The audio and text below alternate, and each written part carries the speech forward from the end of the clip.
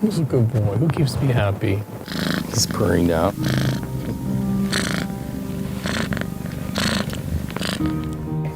This here is a picture of my son and his son, Jamari. Jamari's 10 years old now, but...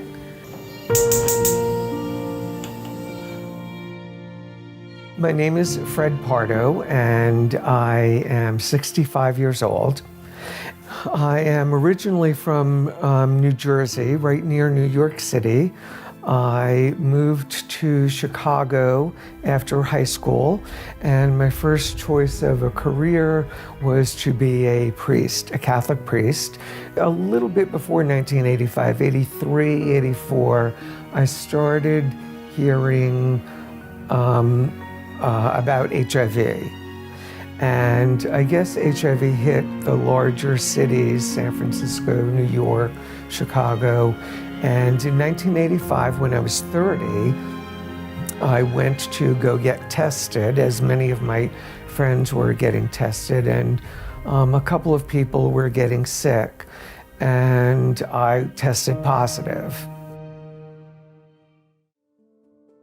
I thought, well, I never used drugs with a needle, and I didn't have sex with, 500 people, so maybe the test was incorrect. And so I, like I said, went back a couple of months later to a different doctor, and the test came back positive. And I actually, I believe, did that a third time too, sort of still in denial. So it's sort of a process.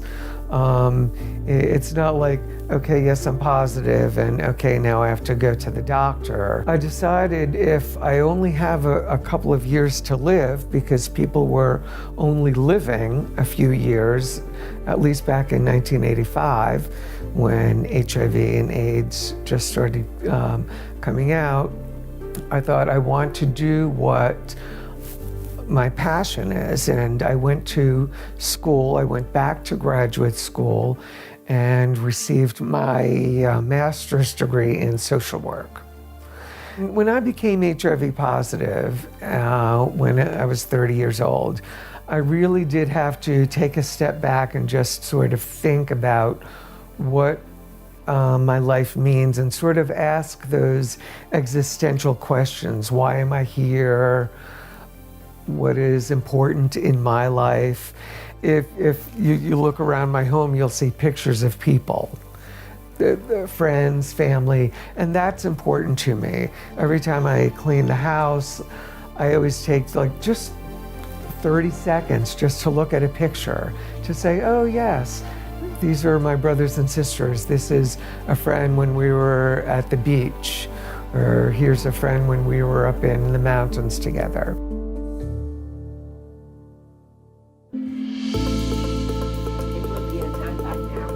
Сабрине Хёрд поставили диагноз 30 лет назад, когда она была беременна третьим ребенком. So the room was off to the side, behind the nurse's desk. And they had these neon signs on the door, warning to beware of body fluids. When the doctor gave me my HIV diagnosis, I don't recall them giving me any information. I can't really say that I asked questions, but I was pretty numb. I had known that HIV was considered a death sentence, but in my mind, I wasn't accepting death as a result of this diagnosis. So I made up a story, saying that these doctors don't know what they're talking about. They're still investigating, trying to find out about HIV and what it do to people. This is my hobby, and I've been doing this for a long time, and I just love going back and looking at these sometimes. It reminds me what a wonderful life I've had. We were always silly, and we did stuff like this on the street and took pictures with strangers and, strange advertising animals as well. So when we were in Paris, I love taking pictures there. I love these. In 1989, my boyfriend came home and he says, we need to go get tested. And I was like, why? Because, I figured, well, he said, because I had sex with someone who has AIDS. He came out of the clinic, victory, nothing, clean. And so I thought I was going to go in and get the same thing, but it turned out that I was positive.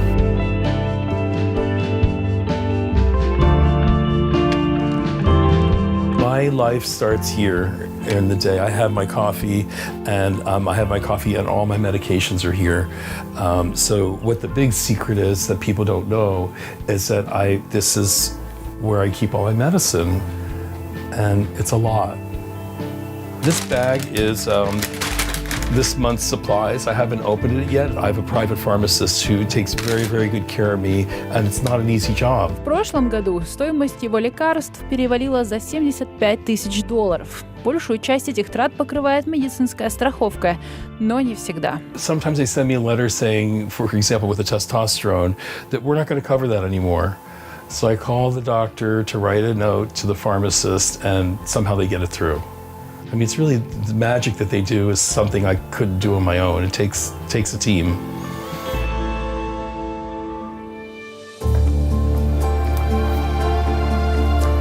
Okay, so this is what I use every week, Monday through Sunday, and there are some medications in here that are just vitamins, something that I take in the morning, some calcium, and then the HIV medications are in here also.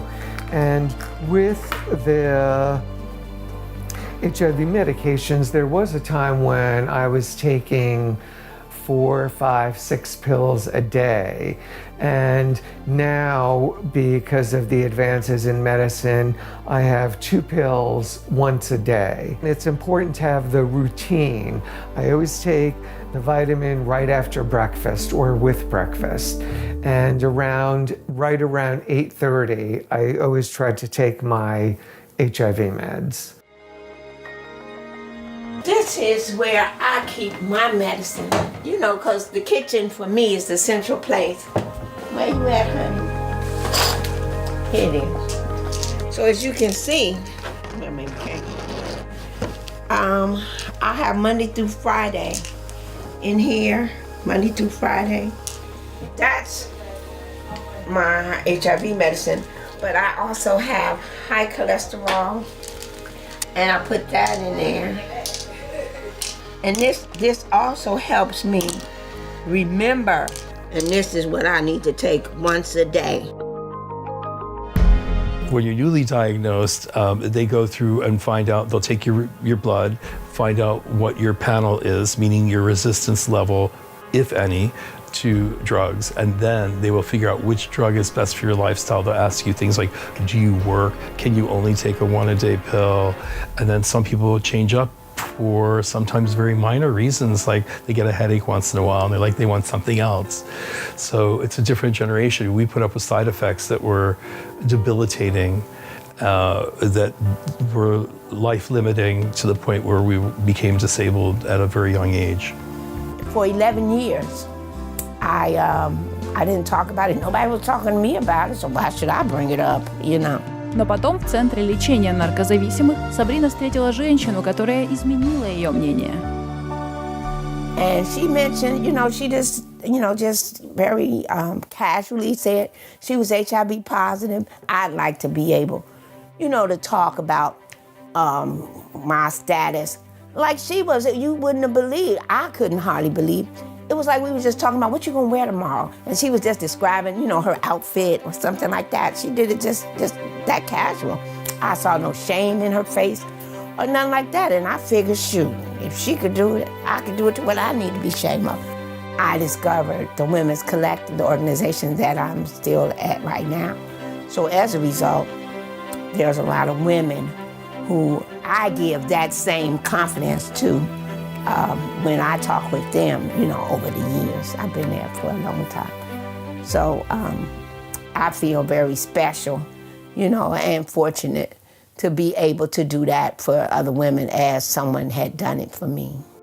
I guess a lot of people still worry about money or I had a fight with someone and what's going on, and my car broke down, so I have to take the bus. But, like, well, if my car broke down, if I had to take the bus, okay, I'll take the bus. It'll give me an opportunity to read the newspaper or read a book for a little bit. And just sort of work around the problems and just sort of manage them like I manage my HIV. I don't want it to own me and like, oh no, I'm positive, so I can't do this or I can't do that or I have to do this. I manage it. По словам Фреда, его очень поддерживает его партнер Дон, с которым они вместе уже 17 лет. We met at a birthday party. One thing kind of led to another, and we ended up dating and falling in love and moving in together, and we've been happy for 17 years now. Для Дона новость о том, что у Фреда ВИЧ, не стала шоком. I've known a lot of people who are positive, and I do a lot of medical literature and stuff because I'm a scientist, and so I've followed this for many years, and I knew what was realistic and what was unrealistic, and so I was not shocked by any means. But I did spend a considerable amount of time, thinking, okay, do I want to get involved with somebody who's HIV positive? And because I had a partner before who I lost. So you think about those sorts of things, but I realized, this person is too good to pass up. He has a 7-day pill box, and there are certain pills you have to take every day. And so I would fill that up with the correct drugs once he moved in here. So that was sort of the little duty I took over. My sister's always been great at making my birthdays special, especially big ones. And so she sent me this tiara, which I have photos of me wearing it, and different ones, like I'm accepting an award, and I'm like, or, I was really like, I can't believe I won this award. I won the pageant and I got the crown and I'm actually 60. I had to put a Post-it on my mirror to remind myself that I'm 60. So how old were you on this picture? What was we, high school? 16, 17. Oh, okay. I was just talking about how it'll be 31 years in March, right? Yeah. That's how old you'll be. Yeah. I'm like, wow, time is flying. У Сабрины 5 детей и 4 внуков. Все здоровы. I appreciate the fact that she found the nerve to actually tell us. And then she was able to explain it to us and answer any questions that we had. But now that I understand, how it works and stuff like that, I'm glad that she's taking her medicine and that she's still here with us. Maybe the next goal to be seeing the grandkids go to college or graduate high school. Wow, that's a lot. The newly positive have great options in front of them. They literally, I'm the person that was in the clinical trials along with all these other people. A lot of them are gone already, of course, but that paved that road to make sure there was something better for the next generation, hopefully for ourselves too. I want to take the time that I do have and be myself, do good things for other people. And so that's one of the reasons why I wanted to sit and talk and let people know that it's okay and that you can go on with your life.